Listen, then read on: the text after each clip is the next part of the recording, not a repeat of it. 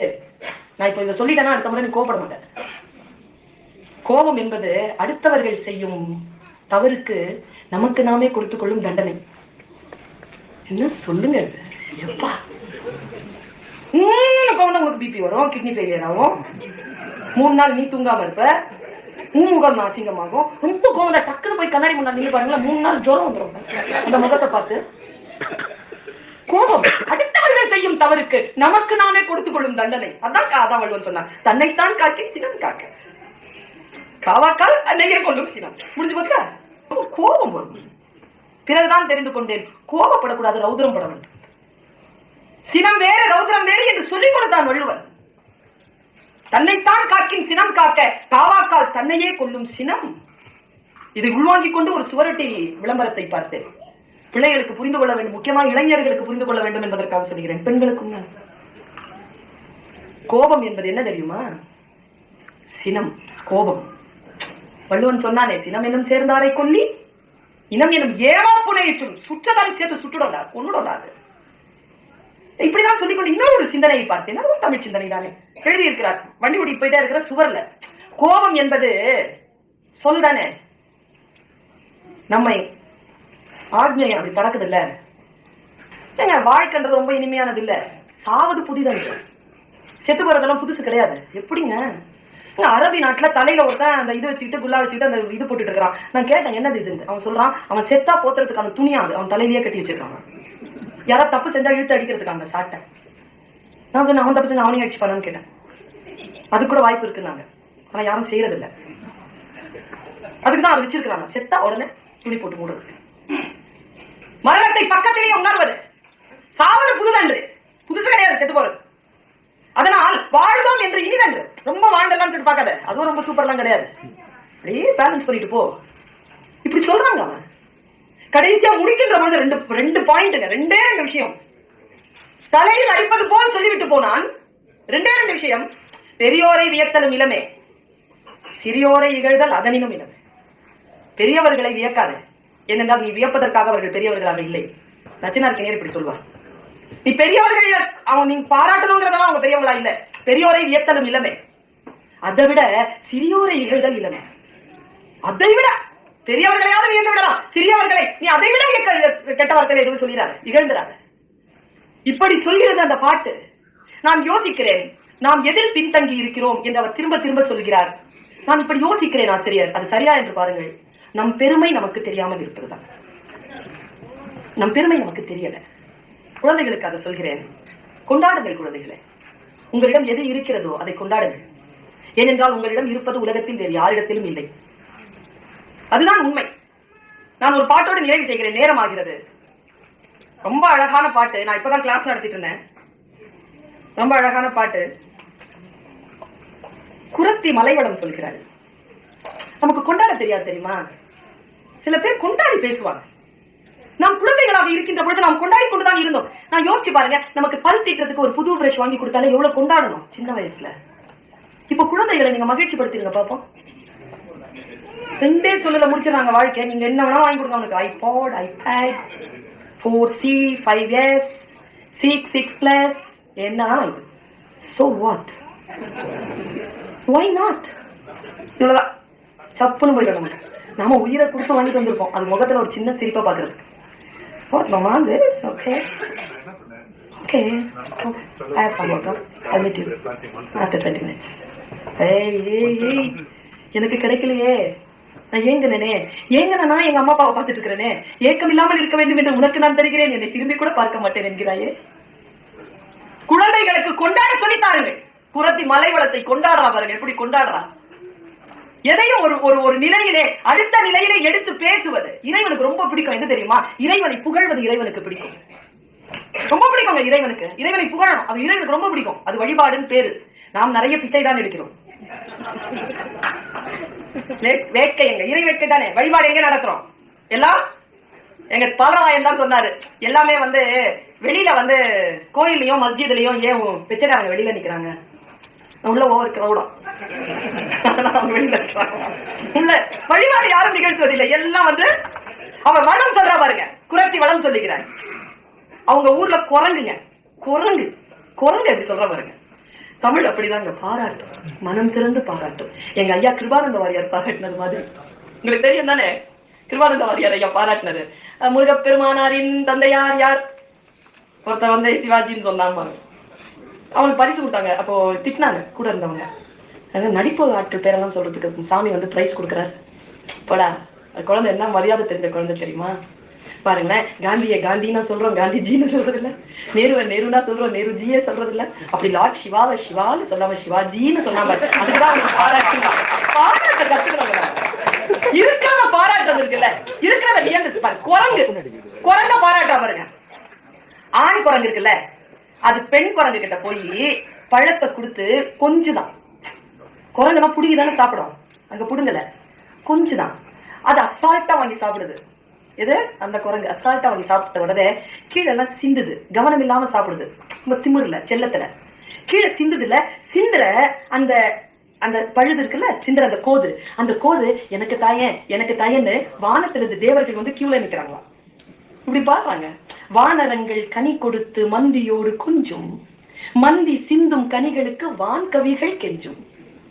காணவர்கள் விழி எறிந்து வானவரை அழைப்பர், ககன சித்தர் வந்து வந்து காய சித்தி உழைப்பர். தேனருவி திரை எழும்பி வானின் வழி ஒழுகும், செங்கதிரோன் பரிக்காலும் தேர்க்காலும் வழுகும்.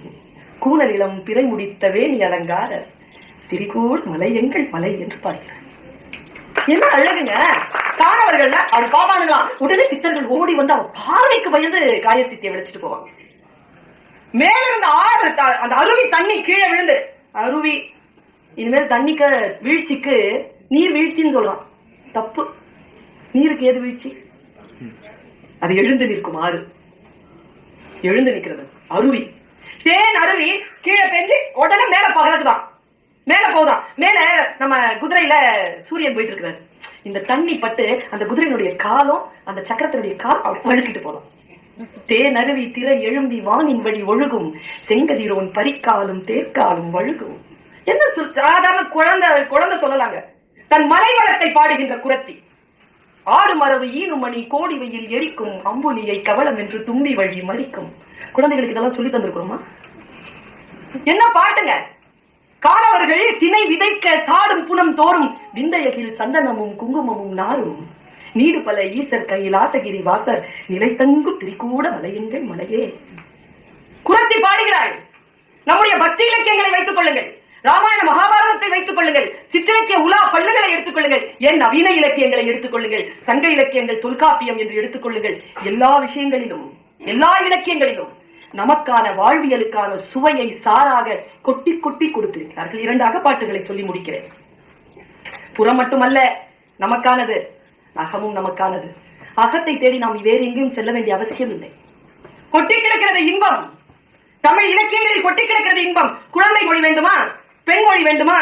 இலக்கியத்திற்குள் போங்கள், புரிந்து போகும் பெண்மொழியும் குழந்தை மொழியும்.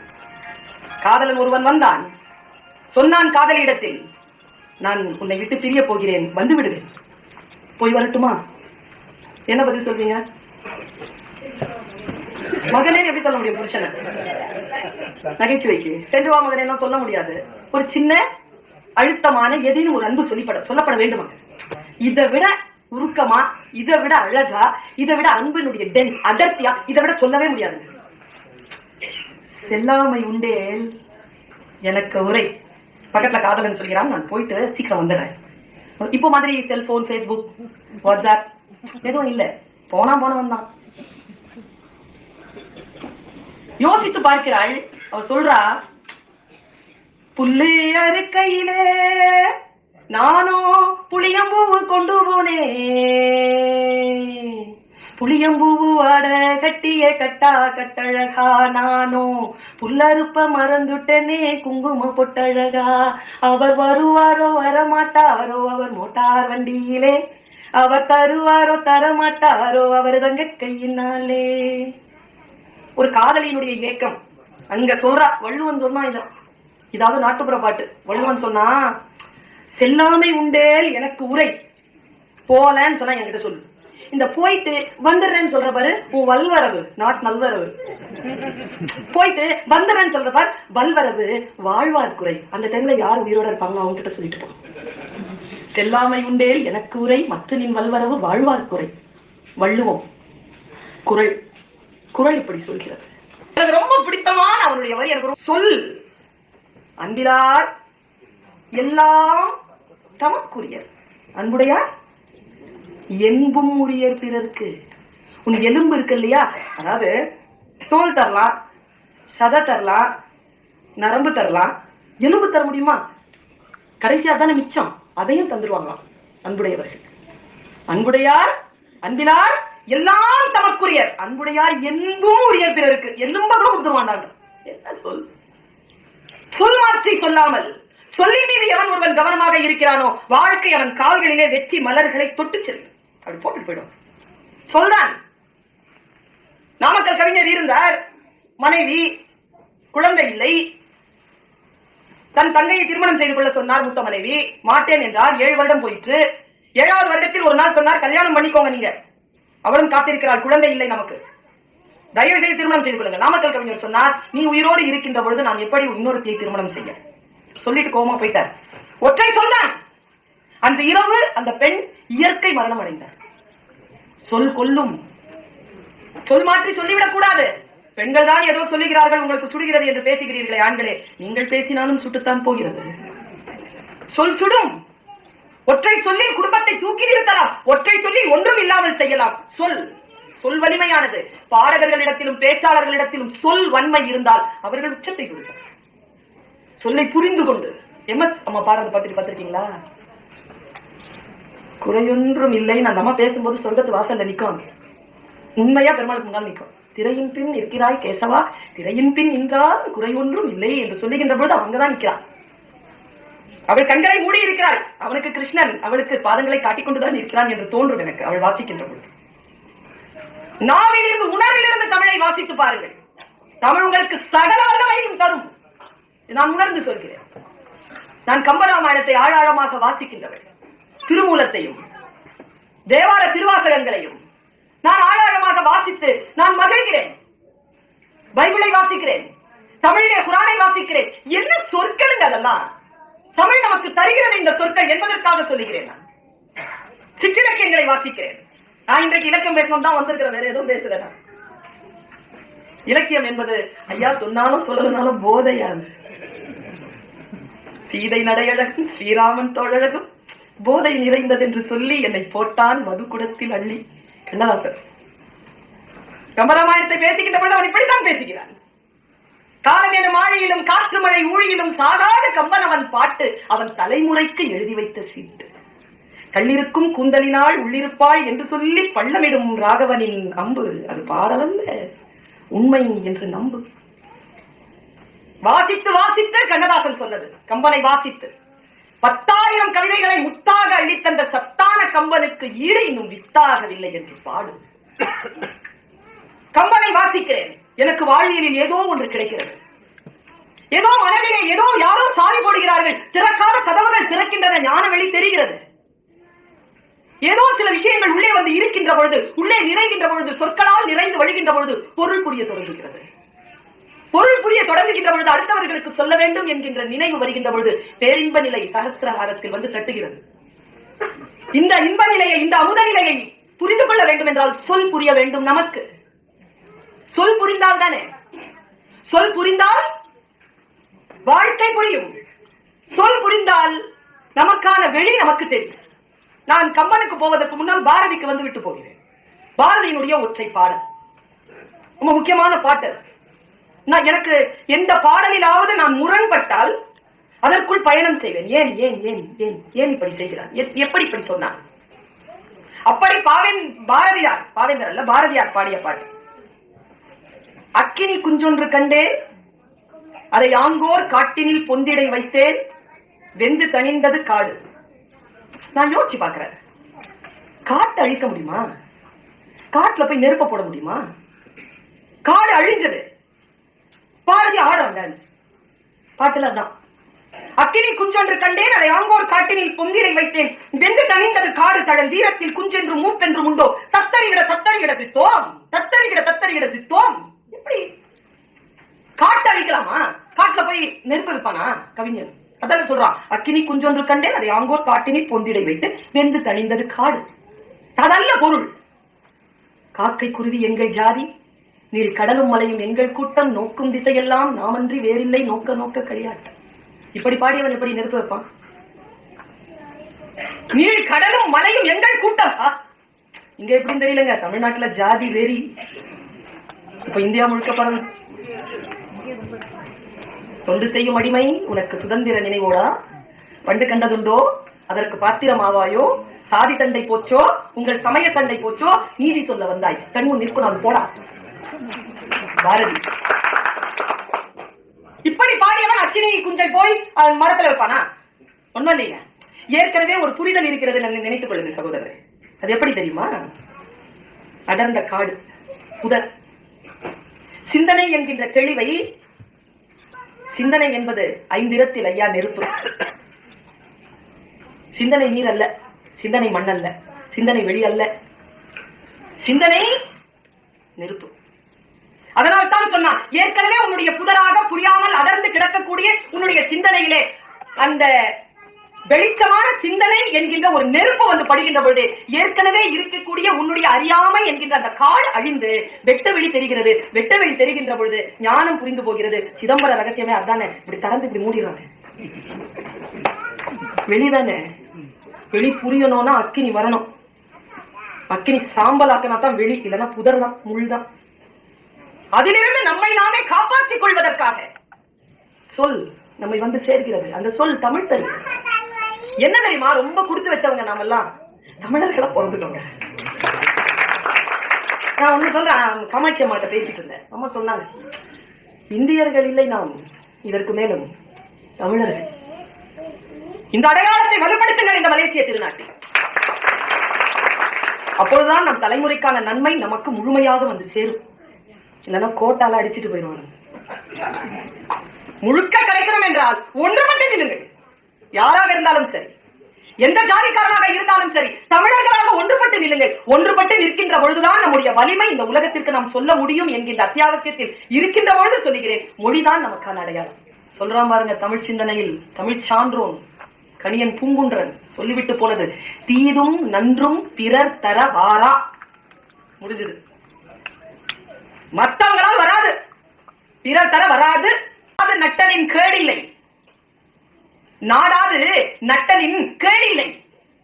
நட்டப்பின் வீடில்லை நட்பாள்பவருக்கு. என்ன அர்த்தம் தெரியுமா? ஆராய்ச்சி செய்யாமல் எந்த நட்பையும் நீ கொண்டு விடாது. ஏனென்றால் அப்படி நட்பு கொண்டு விட்டால் அதை உன்னால் விட முடியாது என்று கவலைப்படுகிறான் வள்ளுவர். 5 குறைப்பாக்கள், 5 அதிகாரங்கள், 50 குறள் கொடுக்குறாங்க நட்புக்கு. நட்பு, நட்பாராய்தல், தீ நட்பு, கூடா நட்பு, பழமை, 5 அதிகாரம் கொடுக்கிறான். உறவுகளின் பால் அக்கறை கொண்டோம் நாம். அதனால் தான் வள்ளுவன் இதை பற்றி அடிக்கடி பேசுகிறான். வார்த்தைக்கும் வாழ்க்கைக்கும் இடையிலே வித்தியாசம் இல்லாமல் வாழ வேண்டும். அப்படி வாழ்ந்தால் நீ யார் என்று பேசுகிறான் வள்ளுவன். அந்த குறள் நமக்கு இப்படி சொல்லுகிறது. பெரியவர்களே, நீங்கள் இந்த குறளை வாங்கி வைத்துக் கொண்டு போங்கள். ஓதி என்றால் வாசித்து, உணர்ந்து, வாசித்ததை பொருள் புரிந்து, ஓதி உணர்ந்து, பிறருக்கு உரைத்து. நீ எதையெல்லாம் வாசித்தாயோ அதை உணர்ந்து அடுத்தவர்களுக்கும் அதை சொல்லிக் கொடுத்து. என்ன வார்த்தை பாருங்க, நடுங்கிறோம், காலில் இருந்து நிலம் ஒழுகிடும். ஓதி உணர்ந்து பிறருக்கு உரைத்து, தான் அடங்கா பேதையில் பேதையர் இல். நீ படிச்ச, உணர்ந்துட்ட என்ன படிச்சன்னு, அடுத்தவங்களுக்கும் சொல்லிட்ட. நீ மட்டும் அதன்படி நடக்கலனா உன்னை விட பைத்தியத்திலையும் பைத்தியம் வேற யாரும் கிடையாதுன்ட்டான். ஓதி உணர்ந்தும் பிறருக்கு உரைத்தும் தான் அடங்கா பேதையில் பேதையர் இல் என்கிறார் வள்ளுவர். என்ன ஆழமான சுய தரிசனம் இது. இதுதான் தமிழ். தமிழ் நம்மை சுய தரிசனம் செய்ய வைக்கிறது. இன்னொரு ஒரு குறள் இருந்தது பெரியவர்கள். நான் அப்படியே தெளித்துக் கொண்டுதான் போகிறேன். ஆழமாக பேசுவதற்கு நிறைய விஷயம் இருந்தாலும் எனக்கு ஒரு குறள்ல ஒரு சின்ன சந்தேகம். நான் உங்களுக்கு இன்னைக்கு சொல்றேன், உங்களுக்கு புரியுதான்னு பாருங்க. தன்னெஞ்சு அறிவது பொய்யற்க, அப்புறம் பொய்த்த பின் தன்னெஞ்சே. என்ன அர்த்தங்க? தன் நெஞ்சு தெரிய பொய் சொல்லாத. பொய் சொல்லிட்டா உன் நெஞ்சே உன்னை சுத்து கொண்டுடும், புசிக்கும். சரி, அப்போ ஒரு கேள்வி இருக்கு இளைஞர்கள் கேள்வி. அப்ப தன் நெஞ்சு அறியாமல் பொய் சொல்லலாமா? வருது தானே? தன் நெஞ்சு அறிவது பொய்யற்க, பொய்த்த பின் தன் நெஞ்சே தன்னை சுடும் என்றால் என்ன அர்த்தம்? உன்னுடைய நெஞ்சறிய நீ பொய் சொல்லாதே, பொய் சொல்லிவிட்டால் உன் நெஞ்சறிய உன்னை சுட்டுக் கொன்று விடும். அதுக்கு அது அல்ல அர்த்தம். என்ன அர்த்தம் தெரியுமா? நெஞ்சிற்கான இயல்பு என்ன தெரியுமா பெரியவர்களே? அதோடைய இயல்பே அறிவதுதான். நீ என்ன செஞ்சாலும் அதுக்கு தெரியும். அதுக்கு தெரியாம நீ ஒன்னும் செய்ய முடியாது. தன் நெஞ்சு அறிவது தள்ளி வச்சிரு. பொய்யற்க தனியானையது. ஃபர்ஸ்ட் இருக்கிறது ஸ்டேட்மெண்ட், அடுத்து இருக்கிறது ஆர்டர். தன் நெஞ்சு அறிவது பொய்யற்க, ஒருவேளை பொய்த்து விட்டால் அறிந்த அந்த நெஞ்சு உன்னை சுட்டுக் கொன்று விடும் என்று பேசுகிறார் வள்ளுவன். வள்ளுவனில் இருக்கக்கூடிய கேள்விகள் அவருக்கா. எனக்கு ரொம்ப வள்ளுவனை ஏன் தெரியுமா பிடிக்கும்? எனக்கு பெரியவங்க புத்தி சொன்னா பிடிக்காது. உங்களுக்கு பிடிக்குமா என்னன்னு தெரியாது. பிடிக்கவே பிடிக்காது. வாசல்ல நிக்காத, ஏன் நின்னா பரு வரும். ஏன் குர்கா நிக்கிறானே அவனுக்கு வராதா? கொஸ்டின் தானேங்க. எனக்கு கேள்வி வருது. வீட்டிற்கு ஒரு மரம் வளர்ப்போம், வீடு கொடு, வளர்க்கிறேன். கந்தையானாலும் கசக்கி கட்டு, காயும் வரைக்கும் விதை கட்ட. கொஸ்டின் இருக்குல்ல, சொன்னா அதபடி நடந்துக்க முடியுமா? மருந்து சாப்பிடும் போது குரங்க நினைக்காத, எப்படி நினைக்காம இருக்க முடியும்? சொல்லிட்டது நீதான், எப்படி நினைக்காம இருக்கிறது? இப்படிப்பட்ட அறிவுரைகள் எல்லாம் எரிச்சலா இருக்கும் எனக்கு. அதையெல்லாம் மீறியதால் தான் வளர்ந்து நிற்கிறேன். போவாதனா போவேன், செய்யாதனா செய்வேன். கார்த்திக் இருக்கிறாரா என்று தெரியவில்லை. சுட்டபின் நெருப்பென்றும் தொட்டபின் பாம்பென்றும் பட்டபின் அறிவதே என் பழக்கம். வள்ளுவனை ஏன் தெரியுமா எனக்கு பிடிக்கிறது? இப்பொழுது இல்லை, 8-9 வயது இருக்கும் நான் வள்ளுவனை வாசிக்க தொடங்கி. நான் மனப்பாடம் செய்வதற்காக வள்ளுவனை வாசித்ததே கிடையாது. ஏன்னா மனப்பாடம் பண்ண விட 2 மார்க் தான் போடுவான் தமிழ் வாத்தி. 40 குறளை மனப்பாடம் பண்ண வச்சு அதுல 2 மார்க்குக்கு 3 குறளை கேட்டு அதை ஏதாவது 2 குறளை சொல்லு அப்படிம்பாங்க. அதுக்காக எல்லாம் வாசித்தவள் இல்லை நான். வள்ளுவனை பிடிக்கும் ஏன் தெரியுமா? பெரியவர்கள் தவறு செய்யக்கூடாது. பெரியவர்கள் தவறு செய்தால் பெருமாள் செஞ்ச மாதிரி நீங்க வேற. பெரியவன் தப்பு செய்த பெருமாள் செஞ்ச. கேள்விகளுக்கு பதில் சொல்லணுங்க. ஏன் பிரசாதத்தை கோயில் இதுக்கு முன்னால சாப்பிடாத, பூஜைக்கு முன்னால பிரசாதத்தை சாப்பிடாத? ஏன்? என் கேசிகன் வந்திருந்தான். கேசிகன் இடத்தில் சொன்னேன் நான், முகந்து பார்க்காதே பூவை விளக்குக்கு வைக்க வேண்டும் என்றால் அப்பா. அவன் முகந்து பார்த்தான். இன்றைக்கு நீ கோழிக்கறி சாப்பிட்டு இருக்கிறாய், அதனால் சாமிக்கு வைக்கிறது முகந்து பார்க்காதே என்றான் அப்பா. ஆனால் அவன் நல்லவன், ஏன் என்று கேட்கவே இல்லை. நான் கெட்டவள், கேட்டிருப்பேன் நான், என் தகப்பன் சொல்லியிருந்தான். ஏன்? ஏன்னா அப்படி செஞ்சா என்ன ஆகும்? சாமி சாமி கண்ணை குத்திரும். ஒரு பையன் நல்லா குத்தாது.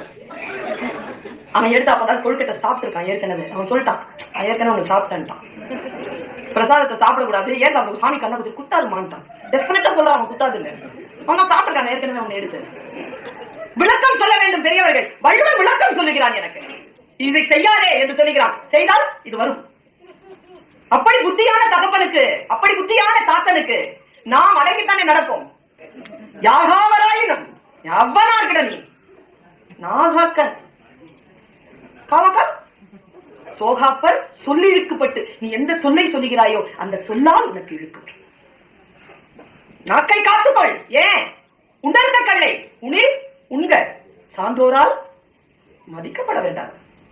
சான்றோரால் நீ மதிக்கப்பட வேண்டாமா? குடிச்சுக்கோ. குடிக்காதே என்கிறான். குடிச்சா சான்றோரால் மதிக்கப்பட மாட்டேன். ஒன்றை அறிவுரையை சொல்லி அந்த அறிவுரை செய்யவில்லை என்றால் என்ன நடக்கும் என்பதனையும் சொன்னவன். எங்க ஊர்ல ஒரு பாம்புக்கு மருந்து சொல்ற ஒரு பாட்டி இருந்தா. என்ன பாம்பு கடிச்சாலும் மருந்து சொல்லிடுவா. 60 வருஷமா, அது 15 வயசுல இருந்து ஆரம்பிச்சது. 45 வருஷமா அந்த தொழில். பாம்பு பார்த்துக்கிட்டே இருந்திருக்கு. ஒரு நாள் கிட்ட போட்டுருச்சு. கிழவிக்கு பாம்பு கடிச்சிருச்சு. கிழவி கிடக்குற கீழே வாய் முறை தள்ளி இருக்கு. எல்லாரும் வந்து கேட்கறாங்க. எங்க அம்மா சொன்னது. எல்லாரும் வந்து கேட்கறாங்க, என்ன பாட்டி என்ன ஆச்சு? பாம்பு கடிச்சிருச்சா? ஆமா.